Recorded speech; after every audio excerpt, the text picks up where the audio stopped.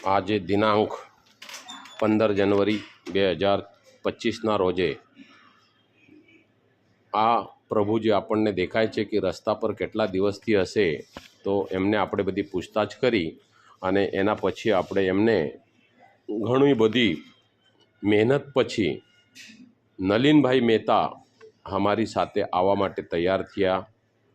ઘણું પ્રયાસ કર્યા પછી એમને કાર્ડ બતાવ્યું સંસ્થાનું, એના પછી બી નલિનભાઈ અમારી હારે આવવા તૈયાર નહોતા। પણ જ્યારે એમને કાર્ડ બતાવ્યા પછી થોડોક વિશ્વાસ થયો, ફરીથી એ ફરી ગયા અને એ આવવાની ના પાડે છે, તો અમને બી મારવા માટે છૂટે છે। અમે એમને પકડીને ગાડીમાં બેસાડવાનો પ્રયાસ કરીએ છીએ, પણ નલિનભાઈ ગાડીમાં બેસવા માટે તૈયાર નથી। સમાજસેવક મારી હારે દેખાય છે, એ સમાજસેવક બી મને મદદ કરે છે, પણ નલિનભાઈ તોય આવવા માંગતા નથી। પણ ભગવાનના કૃપાથી આ પ્રભુજી અમારી સાથે આવ્યા પછી અમે એમના દાઢીવાળ બનાવી એમને નવડાવવા માટે પાણી આપી।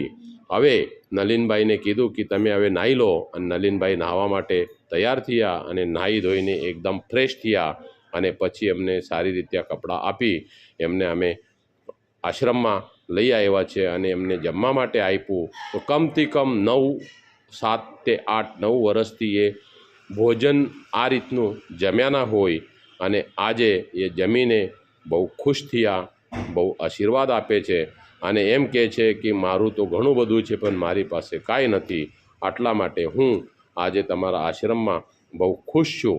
અને જોઈએ નલિનભાઈનું પરિવાર આપણે ભેગું કરવાનો પ્રયાસ કરીએ। ધન્યવાદ। જય હિન્દ, જય મહારાષ્ટ્ર, વંદે માતરમ।